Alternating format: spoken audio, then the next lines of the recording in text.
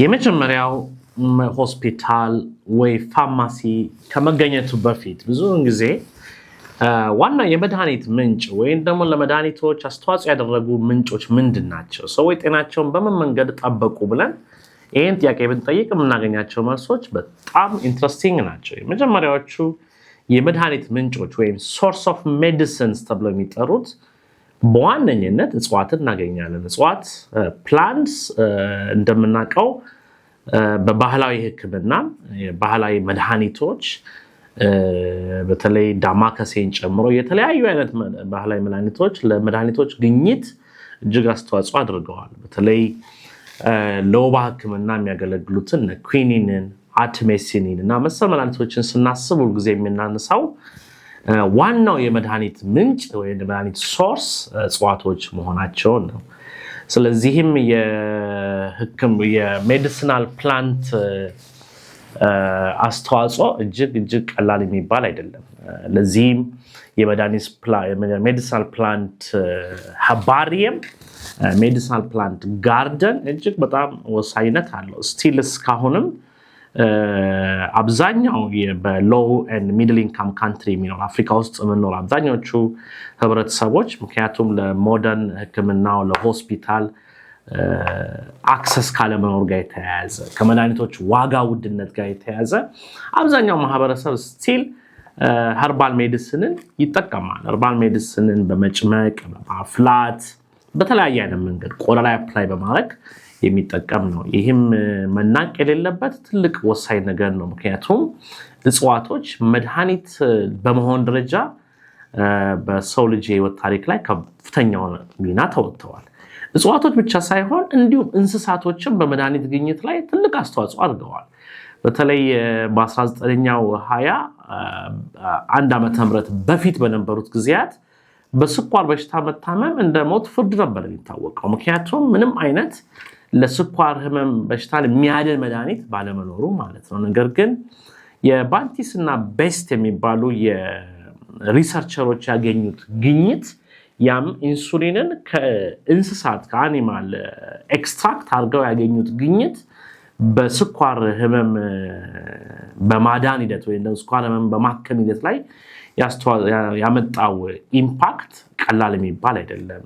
ሄፓሪንን ማንሳት እንችላለን። በጣም ታዋቂ ደም የሚያቀጥል የደም መርጋት ችግርን የሚከላከል መድኃኒት ሆኖ በህክምና በሆስፒታል ላይ ትልቅ ጥቅም የሚሰጥ መድኃኒት ነው። በተለይ በእርግዝና ወቅት የሚኖር የደም መርጋትን ከተለያዩ የሰርጂካል ፕሮሲጀሮች ጋር ተያይዞ የሚኖር የደም መርጋትን ለመከላከል እንደ አንቲኮአጉላንት ያገለግላል።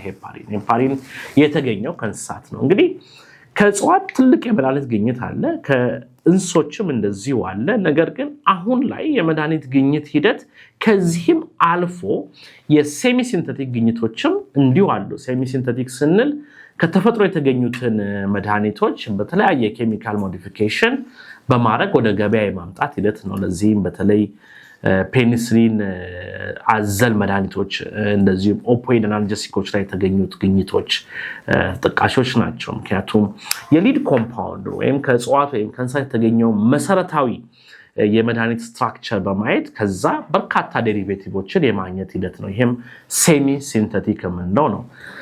አራተኛው መድኃኒቶችን የማግኛ ዘዴ ሲንተቲክ የምንለው ነው። ወይም በላቦራቶሪ ውስጥ የሚደረግ በሲንተቲክ ኬሚስትሪ የሚደረግ በኬሚካል ሪአክሽኖች መድኃኒቶችን የማግኘት ዘዴ ነው። በርካታ መድኃኒቶችን ኮትራይሞክሳዞልን መውሰድ ይቻላል፣ አስፕሪንን መውሰድ ይቻላል፣ ፓራሲታሞል፣ ብዙ መድኃኒቶች በአሁኑ ሰዓት በሲንተቲክ ዘዴ የተገኙ ናቸው። እንግዲህ መድኃኒቶች ከየት መጡ ብንል አራት ዋና ዋና መንገዶች እናገኛለን። እሱም ከፕላንትስ፣ አኒማልስ፣ ሴሚሲንተቲክ እና ሲንተቲክ ሶርስ ኦፍ ሜዲሲንስ ትልቁን ስፍራ ይዛሉ።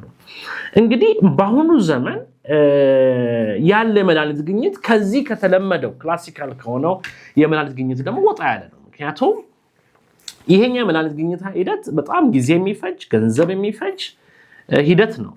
ስለዚህ አሁን ታዲያ የመድኃኒት ግኝት ሂደት ከዚህ በተሻለም ደግሞ ኮምፒውተርን በመጠቀም ኮምፒውቴሽናል ቴክኒክን በመጠቀምም ወደ ማግኘት የሄደበት ጊዜ ላይ ነው ያለ ነው። ምክንያቱም መድኃኒቶች አንድ መሰረታዊ የሆነ ፕሪንሲፕል አለ። መድኃኒት ለመስራት ከሆነ ሰውነት ውስጥ ከሚገኝ ታርጌት ጋር ባይንድ ያደርጋል ልክ እንዴት ነው በርና የእንዳችሁና ቁልፋችሁ ስታገናኙት በሩ እንደሚከፈት ማለት ነው ይሄ የኪ ሎክ ቲዮሪ ኢንዛይም ከሰብስትሬት ጋር ተገናኝቶ ባዮሎጂካል ፈንክሽን ያመጣል የሚለው የመጀመሪያ ቤዚክ ፕሪንሲፕል መድኃኒት ላይም ይሰራል ስለዚህ አሁን ያለው የመድኃኒት ግኝት ወዴት ዘርፍ አድጓል በሽታን የሚያመጣው ነገር ምንድነው የሚለው ይጠናል በሽታን የሚያመጣው ነገር ምናልባት ፕሮቲን ይሆናል ወይም ደግሞ ያን በሽታ ለማከም ምንድነው የሚያስፈልገው ለምሳሌ ስኳር በሽታን ለማዳን ትልቅ አስተዋጽኦ የሚያደርጉ በርካታ ትራንስፖርተሮች ወይም በርካታ ሪሴፕተሮች አሉ ወይም ታርጌቶች አሉ እነዚህ ምን ይባላሉ የመድኃኒት ታርጌቶች ኢንዛይሞች ሊሆኑ ይችላሉ ሪሴፕተሮች ሊሆኑ ይችላሉ በዲኤንኤ ላይ ያሉ ጄኖሚክ ትራንስክሪፕሽን ፋክተርስ ሊሆኑ ይችላሉ የነዚህ ቅርጽ ኦሬዲ ይታወቃል የሪሴፕተር ታርጌቱ ቅርጽ ይታወቃል እንግዲህ የታርጌቱ ቅርጽ ከታወቀ ቀጣዩ ጥያቄ የሚሆነው እዚህ ታርጌት ውስጥ ምን አይነት መድኃኒት ሊገባ ይችላል የሚለው ነው ኦኬ በዓለም ላይ ከ100,000 ወይ በሚሊዮን ደረጃ የሚቆጠሩ ኬሚካል ኮምፓውንዶች አሉ ስለዚህ ቀጣዩ ሂደት ምንድነው እዚህ የታወቀው የፕሮቲን ወይ ታርጌት ስትራክቸር ላይ የትኛው መድኃኒት ገብቶ ባይንድ ማድረግ ይችላል ምክንያቱም the first and the very basic dogma in pharmacology is a drug binds to a receptor to produce a response or a drug binds to a target ስለዚህ ታርጌት ስትራክቸሩን ካወቀን ዘን ቀጣዩ ስትራክቸር የመድኃኒቶች ስትራክቸር ወይ ፖሲብል ኬሚካል ስትራክቸር ከታወቀ